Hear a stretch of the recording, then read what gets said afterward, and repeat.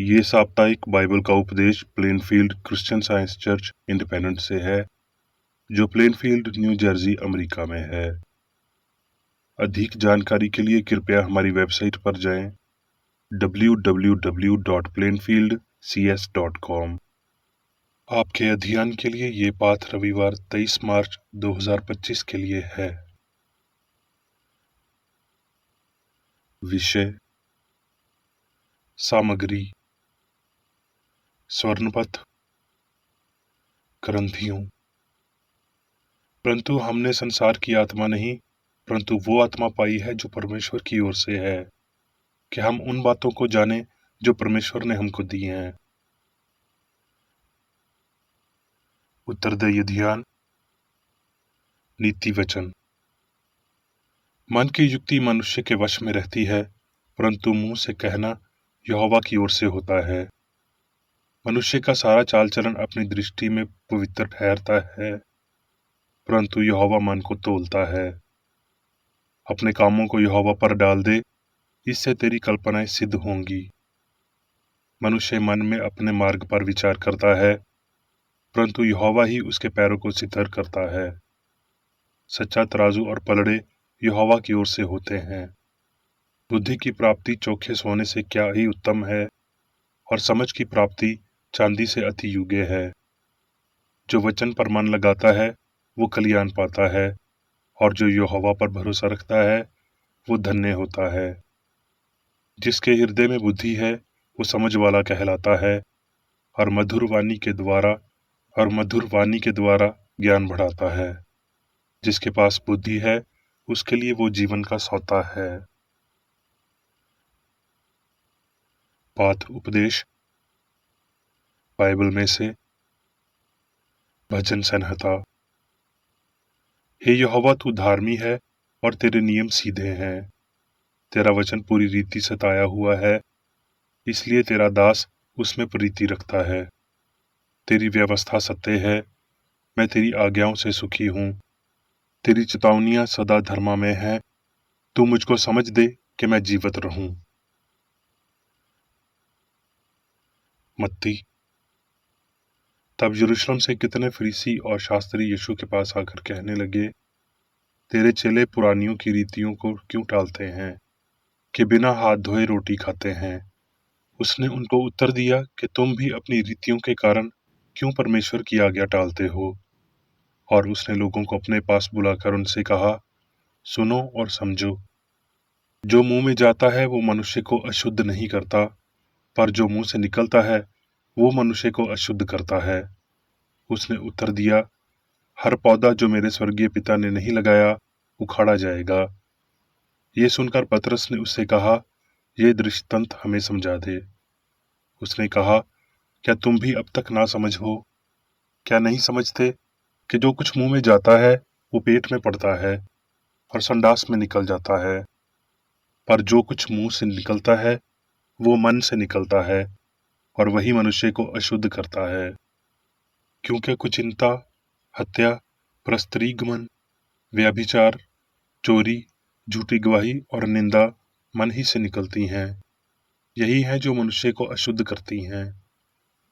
यीशु वहां से निकलकर सौर और सैदा के देशों की ओर चला गया। और देखो, उस देश से एक कैनानी स्त्री निकली और चिल्लाकर कहने लगी, हे प्रभु, दाऊद की संतान, मुझ पर दया कर। मेरी बेटी को दुष्ट आत्मा बहुत सता रही है। पर उसने उसे कुछ उत्तर न दिया। और उसके चेलों ने आकर उससे विनती करके कहा, इसे विदा कर, क्योंकि वो हमारे पीछे चिल्लाती आती है। उसने उत्तर दिया कि इस्राएल के घराने की खोई हुई भेड़ों को छोड़ मैं किसी के पास नहीं भेजा गया। पर वो आई और उसे प्रणाम करके कहने लगी, हे प्रभु, मेरी सहायता कर। उसने उत्तर दिया कि लड़कों की रोटी लेकर कुत्तों के आगे डालना अच्छा नहीं। उसने कहा, सत्य है प्रभु, पर कुत्ते भी वो चूराचार खाते हैं जो उसके स्वामियों की मेज से गिरते हैं। इस पर यीशु ने उसको उत्तर देकर कहा कि हे स्त्री, तेरा विश्वास बड़ा है, जैसा तू चाहती है तेरे लिए वैसा ही हो। और उसकी बेटी उसी घड़ी ठीक हो गई। और भीड़ पर भीड़, लंगड़ों, अंधों, गूंगों, टुंडुओं और बहुत औरों को लेकर उसके पास आए और उन्हें उसके पांव पर डाल दिया और उसने उन्हें ठीक किया। सो जब लोगों ने देखा कि गूंगे बोलते और टुंडे ठीक होते और लंगड़े चलते और अंधे देखते हैं, तो अचंभा करके इस्राएल के परमेश्वर की बड़ाई की। रोमियो। सो अब जो मसीह में है उन पर दंड की आज्ञा नहीं, क्योंकि वो शरीर के अनुसार नहीं वरन आत्मा के अनुसार चलते हैं। क्योंकि जीवन की आत्मा की व्यवस्था ने मसीह यीशु में मुझे पाप की और मृत्यु की व्यवस्था से स्वतंत्र कर दिया। क्योंकि जो काम व्यवस्था शरीर के कारण दुर्बल होकर ना कर सकी, उसको परमेश्वर ने किया, अर्थात अपने ही पुत्र को पापमय में शरीर की समानता में और पाप का बलिदान होने के लिए भेजकर शरीर में पाप की दंड की आज्ञा दी, इसलिए कि व्यवस्था की वेदी हम में जो शरीर के अनुसार नहीं वरन आत्मा के अनुसार चलते हैं पूरी की जाए। क्योंकि शारीरिक व्यक्ति शरीर की बातों में मन लगाते हैं, परंतु आध्यात्मिक आत्मा की बातों में मन लगाते हैं। शरीर पर मन लगाना तो मृत्यु है, परंतु आत्मा पर मन लगाना जीवन और शांति है। करंथियों। ऐसा ही लिखा भी है कि प्रथम मनुष्य अर्थात आदम जीवत पुरानी बना और अंतम आदम जीवनदायक आत्मा बना। प्रथम मनुष्य धरती से अर्थात मिट्टी का था, दूसरा मनुष्य स्वर्गीय है। जैसा वो मिट्टी का था वैसे ही और मिट्टी के हैं, और जैसा वो स्वर्गीय है वैसे ही और भी स्वर्गीय हैं। और जैसे हमने उसका रूप जो मिट्टी का था धारण किया, वैसे ही उस स्वर्गीय का रूप भी धारण करेंगे। हे भाइयों, मैं ये कहता हूं कि मांस और लहू परमेश्वर के राज्य के अधिकारी नहीं हो सकते, और ना विनाश अविनाशी का अधिकारी हो सकता है। देखो, मैं तुमसे भेद की बात कहता हूं कि हम सब तो नहीं सोएंगे, परंतु सब बदल जाएंगे, और ये क्षण भर में पलक झपकते ही पिछली तुरही फूंकते ही होगा। क्योंकि तुरही फूंकी जाएगी और मुर्दे अविनाशी दशा में उठाए जाएंगे और हम बदल जाएंगे। क्योंकि अवश्य है कि ये नशामन दय अविनाश को पहन ले और ये मरणहार दय अमरता को पहन ले। और जब ये नशामन अविनाश को पहन लेगा और ये मरणहार दय अमरता को पहन लेगा, तब वो वचन जो लिखा है पूरा हो जाएगा कि जय ने मृत्यु को निगल लिया। हे मृत्यु, तेरी जय कहाँ रही? हे मृत्यु, तेरा डंक कहाँ रहा? सो हे मेरे प्रिय भाइयों, दृढ़ और अटल रहो और प्रभु के काम में सर्वदा बढ़ते जाओ, क्योंकि ये जानते हो कि तुम्हारा परिश्रम प्रभु में व्यर्थ नहीं है। नीति वचन। हे मेरे पुत्र, मेरी बुद्धि की बातों पर ध्यान दे, मेरी समझ की ओर कान लगा। दानियल। इस बात का वर्णन मैं अब कर चुका। अब मैं मेरी बेकर एडी द्वारा क्रिश्चियन साइंस की किताब विज्ञान और स्वस्थ शास्त्रों की कुंजी के साथ के साहस संबंधी अंश पढ़ूंगा। विज्ञान और स्वस्थ। प्रश्न। होने का वैज्ञानिक कथन क्या है? उत्तर। सामग्री में कोई जीवन, सत्य, बुद्धिमत्ता नहीं, ना ही पदार्थ है। सब अनंत मन और उसके अनंत अभिव्यक्तियां हैं, क्योंकि भगवान सभी में है। आत्मा अमर सत्य है, पदार्थ नश्वर त्रुटि है। आत्मा ही वास्तविक और शाश्वत है, पदार्थ असत्य और लौकिक है। आत्मा ईश्वर है और मनुष्य इसकी छवि और समानता है, इसलिए आदमी भौतिक नहीं है, वो आध्यात्मिक है। क्या आत्मा सामग्री का स्रोत या निर्माता है? विज्ञान आत्मा में कुछ भी ऐसा नहीं बताता जिससे सामग्री का निर्माण किया जा सके। दिव्य तत्व मीमांसा पदार्थ की व्याख्या करती है। आत्मा ही एकमात्र पदार्थ और चेतना है जिसे दिव्य विज्ञान द्वारा मान्यता प्राप्त है। भौतिक इंद्रियां इसका विरोध करती हैं, लेकिन कोई भौतिक इंद्रियां नहीं है, क्योंकि पदार्थ का कोई मन ही नहीं है। आत्मा में कोई पदार्थ नहीं है, जैसे सत्य में कोई त्रुटि नहीं है और अच्छाई में कोई बुराई नहीं है। ये एक झूठा अनुमान है। ये धारणा के वास्तविक पदार्थ है आत्मा के विपरीत है। आत्मा ईश्वर अनंत है, सब कुछ है। आत्मा को कोई विपरीत नहीं हो सकता।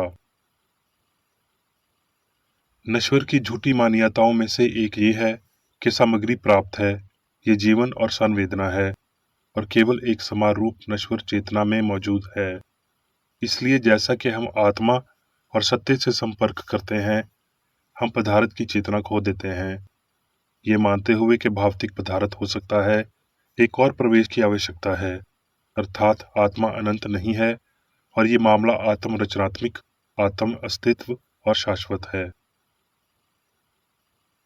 जिसे हम पाप, बीमारी और मृत्यु कहते हैं, वो नश्वर विश्वास है।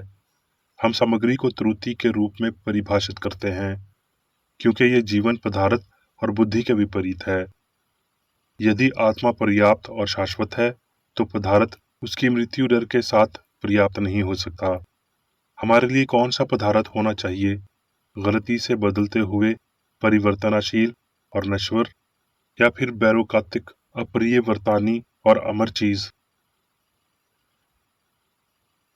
नश्वर मनुष्य कम नश्वर हो जाएगा जब उसे पता चलेगा कि पदार्थ कभी अस्तित्व नहीं रहा और वो ईश्वर को, जो मनुष्य का जीवन है, कभी नष्ट नहीं कर सकता। जब वो ये समझ जाएगा तो मानव जाति अधिक आध्यात्मिक हो जाएगी और जान जाएगी कि उपभोग करने के लिए कुछ भी नहीं है, क्योंकि आत्मा ईश्वर ही सर्वव्यापी है। मनुष्य के लिए ईश्वर उसके विश्वास से कहीं अधिक है और जितना कम हम पदार्थ या उसके नियमों को स्वीकार करते हैं, उतना अधिक अमरता हमारे पास होती है। चेतना एक बेहतर शरीर का निर्माण करती है जब सामग्री में विश्वास की जीत होती है। आध्यात्मिक समझ से भौतिक विश्वास को ठीक करें तो आपको नए सिरे से बनाएगी। आप फिर से ईश्वर को नाराज करने के अलावा कभी नहीं डरेंगे और आप कभी भी ये विश्वास नहीं करेंगे कि हृदय या शरीर का कोई भी हिस्सा आपको नष्ट कर सकता है। यदि हम शरीर के साथ समझदार हैं और एक निगम भौतिक व्यक्ति जिसका कान हम प्राप्त करेंगे, उसके रूप में सर्वशक्तिमानता का सम्मान करते हैं, हम आत्मा के प्रदर्शन में शरीर से अनुपस्थित और प्रभु के साथ उपस्थित नहीं हैं। हम दो स्वामियों की सेवा नहीं कर सकते। प्रभु के साथ वर्तमान होना केवल भावनात्मक परमानंद या विश्वास नहीं है, बल्कि वास्तविक प्रदर्शन और जीवन की समझ है, जैसा कि क्रिश्चियन साइंस में सामने आया है। प्रभु के साथ होना ईश्वर के कानून का पालन करना है, परमात्मा द्वारा पूर्ण रूप से शासित होना, आत्मा द्वारा, ना कि पदार्थ द्वारा। एक क्षण के लिए सुचित हो जाएं कि जीवन और बुद्धि विशुद्ध रूप से आध्यात्मिक है, ना तो भौतिक में और ना ही भौतिक के साथ, तो शरीर तब कोई शिकायत नहीं करेगा। यदि बीमारी में विश्वास से पीड़ित हैं, तो अचानक आप खुद को स्वस्थ पाएंगे। शरीर को आध्यात्मिक जीवन, सत्य और प्रेम द्वारा नियंत्रित किए जाने पर दुख को आनंद में बदल दिया जाता है। वास्तविकता और उसके ज्ञान में होने के कर्म को समझने के लिए आपको परमेश्वर को उस सभी के दिव्य सिद्धांत के रूप में फिर से शुरू करना चाहिए जो वास्तव में है। आत्मा, जीवन, सत्य, प्रेम एक के रूप में गठबंधन और भगवान के लिए शास्त्र के नाम हैं। सभी पदार्थ, बुद्धि, ज्ञान, अस्तित्व, अमरता, कारण और प्रभाव ईश्वर के हैं। ये उसकी विशेषताएं हैं, अनंत दिव्य सिद्धांत, प्रेम की शाश्वत अभिव्यक्तियां। कोई भी ज्ञान बुद्धिमान नहीं है, लेकिन उसका ज्ञान है। कोई सत्य सत्य नहीं है, कोई प्रेम प्यारा नहीं है, कोई जीवन जीवन नहीं है, लेकिन परमात्मा है। कोई अच्छा नहीं है, लेकिन अच्छा भगवान सबसे अच्छा है। दिव्य तत्व मीमांसा, जैसा कि आध्यात्मिक समझ से पता चलता है, स्पष्ट रूप से दिखाता है कि सभी कुछ मन है और वो मन ईश्वर है, सर्वशक्तिमान, सर्वव्यापी, सर्वज्ञेय, अर्थात सभी शक्ति, सभी उपस्थिति, सभी विज्ञान। इसलिए सभी वास्तव में मन की अभिव्यक्ति है। सत्य अध्यात्म रूप से समझे जाने पर वैज्ञानिक रूप से समझे जाते हैं। ये गलती को दूर करता है और बीमारों को ठीक करता है। सत्य मानव नहीं है और ये सामग्री का नियम नहीं है, क्योंकि सामग्री कानून का दाता नहीं है। विज्ञान दिव्य मन का एक प्रतीक है और केवल भगवान की व्याख्या करने में सक्षम है। इसकी एक आध्यात्मिक उत्पत्ति है और एक सामग्री नहीं है। ये एक दिव्य उच्चारण है, दिलासा देने वाला, जो सभी सत्य का नेतृत्व करता है। हम वैज्ञानिक हैं केवल तभी जब उस पर अपनी निर्भरता छोड़ देते हैं जो असत्य है और सत्य को समझ लेते हैं। हम तब तक वैज्ञानिक नहीं हैं जब तक हम सब कुछ मसीह पर नहीं छोड़ देते। मानवीय विचार आध्यात्मिक नहीं है। वो कान की सुनवाई से, सिद्धांत की बजाय भौतिकता से और अमर की बजाय नश्वर से आते हैं। आत्मा ईश्वर से अलग नहीं है, आत्मा ईश्वर है। श्रद्धा शक्ति एक भौतिक विश्वास है, एक अंधा ग्राभित बल है, इच्छा की संतान है और ज्ञान की नहीं, नश्वर मन की है, ना ही अमर की। विज्ञान में आपके पास भगवान के विपरीत कोई शक्ति नहीं हो सकती और शारीरिक इंद्रियों को अपनी झूठी गवाही नहीं देनी चाहिए। अच्छाई के लिए आपका प्रभाव आपके द्वारा सही पैमाने पर फेंके गए वजन पर निर्भर करता है। हम ईश्वरीय तत्व मीमांसा की समझ में अपने गुरु के उदाहरण का अनुसरण करके सत्य और प्रेम के नक्शे कदम पर चलते हैं। मसीही धर्म सच्ची चिकित्सा का आधार है। जो कुछ मानव विचार के निःस्वार्थ प्रेम के अनुरूप रखता है, वो सीधे दिव्य शक्ति प्राप्त करता है। अब मैं मेरी बेकर एडी द्वारा चर्च मैनुअल में दिए गए 3 दैनिक कर्तव्यों को पढ़ूंगा। दैनिक प्रार्थना। प्रत्येक दिन प्रार्थना करने के लिए इस चर्च के प्रत्येक सदस्य का कर्तव्य होगा, तुम्हारा राज्य आए, ईश्वरी सत्य, जीवन और प्रेम के शासन को मुझ में स्थापित कर और मुझ पर शासन कर, और तेरा वचन सभी मनुष्यों के स्नेह को समृद्ध कर सकता है और उन पर शासन कर। आदेशों और कर्तव्यों के लिए एक नियम।